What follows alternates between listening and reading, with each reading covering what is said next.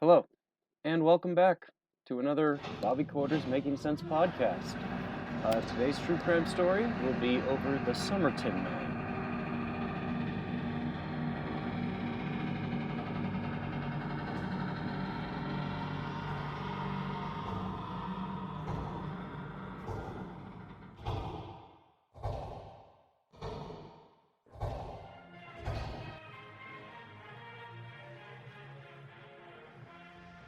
I bid you welcome. And welcome back to another episode of the Bobby Quarters podcast, or Bobby Quarters Making Sense. I hope you all had a really wonderful holiday weekend and are still having one today. But let's get into this.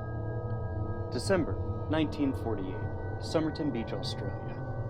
A man was found on the beach, dressed immaculately in a suit with polished shoes. It was suspected a heart failure was the cause of death, but more than likely a poisoning. After the autopsy, it didn't show any sign of poison, but it did reveal that the man had a strikingly enlarged spleen, and as long as internal bleeding with his stomach and liver.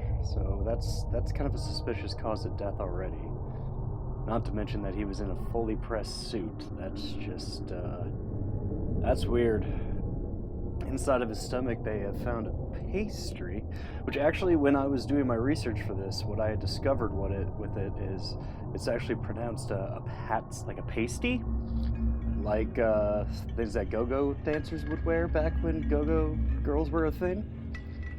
That was kind of a fun little blunder of the language.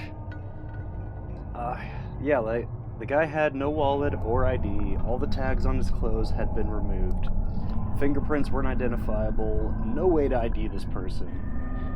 Like the local police, they put out a picture in the newspapers asking for help from the community, trying to find some way to identify this poor guy. Naturally with that, all sorts of people came out of the woodwork trying to save the man, but nothing really held water. About a month after the body was found, they found this suitcase in a cloakroom of a rail station right by where the body was found. The suitcase, it was dropped off a day before the body was found. The contents of the suitcase were some odds and ends. The clothing labels that was in there, they all were removed. There was a wax thread in there that wasn't sold in Australia, but that thread was also the type of thread that was used to repair the pants that the body was found wearing. Most of the other contents in the suitcase indicated that the guy had been to the U.S., and there was a name to it of Kane, spelled K-E-A-N-E, ending with an E. But there was also some other ones ending with a K-E-E-N. But that's still a name that we have so far. According to the local paper, the name Keene, or Keen, was left on the suitcase to hide the true identity of the man. 4 months later, authorities find in his pants a hidden pocket sewn into the waistband. And inside the pocket was a very rolled up piece of paper from a rare Persian book of poems called the Rubaiyat. On the paper, Tatam Shad. I'm still pretty sure I'm saying that wrong, but moving forward, what it's translated to is, "It is ended." That's kind of grim. Thoughts that the death was a suicide, but that really doesn't make any sense. Like, why would you poison yourself with an untraceable poison? That theory's thrown out. A bust of his face was made, and he was embalmed and buried, with the coroner ruled the cause of death to be not natural. 8 months later, a man walks into a police station, and that's not the opening of a really bad joke, I promise. This guy, he walked in with a copy of the Rubaiyat. I did a lot of research as I could, and I had a lot of trouble finding this man's name, so it's just some guy. So we're kind of about to lose cabin pressure with this part. The man claimed that shortly after the body was found, he found a copy of the book that he kept his car parked by the beach, and he found it in his car.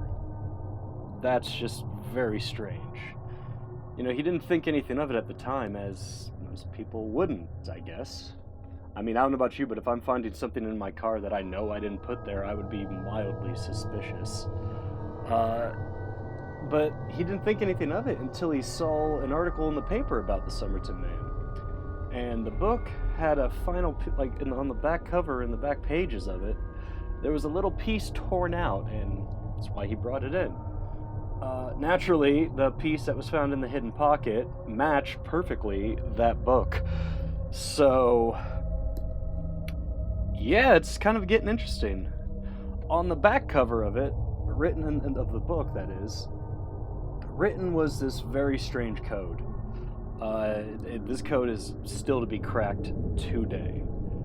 But there was also a phone number. That phone number led to a Jessica Thompson. She lived nearby. Now, during the interview, she was incredibly evasive and reportedly about fainted when she saw the bust of the man. Whole interview, she was bawling her eyes out, crying, denying that she knowed him. However, she did give a copy of the Rubaiyat that she owned to a man named Alfred Vauxhall, whom the police thought was the name of the Somerton man, and it turned out that Alfred was alive, had a copy of the Rubaiyat fully intact, so that led to nowhere. Now, to be very fair, 1948, at this time, that book actually was very popular in Europe, and especially around Australia. Quite a lot of people had it, so it really wasn't that uncommon of a book. Which, the soldiers were coming back from war, and they had all sorts of stuff that they had found on throughout the war campaign. But that's a whole nother issue to get into. We're not going to dig into stuff like that. We're just here to talk about some guy who passed out on a beach or died on a beach. This guy had a son that they did not know who the father was. However, the child did share similar features to the Southerman man, such as dental and ear similarities. So that code never being cracked, and the identity of this man never being discovered, this man has still yet to be ID'd. Code has yet to be cracked. This is kind of a really weirder one, and this is actually where we end it, because there's really not much more to talk about, because that's the facts. What are your thoughts? Get back to me on the Facebook page at Bobby Quarters. Love to hear your thoughts on this. And next vlog we have coming up is going to be one about my home state of Ohio. But not my home city. We're going to be talking about good old Cleveland and a grisliness of the Cleveland torso murder. So stay tuned, keep watching, let us know what you think, and take care.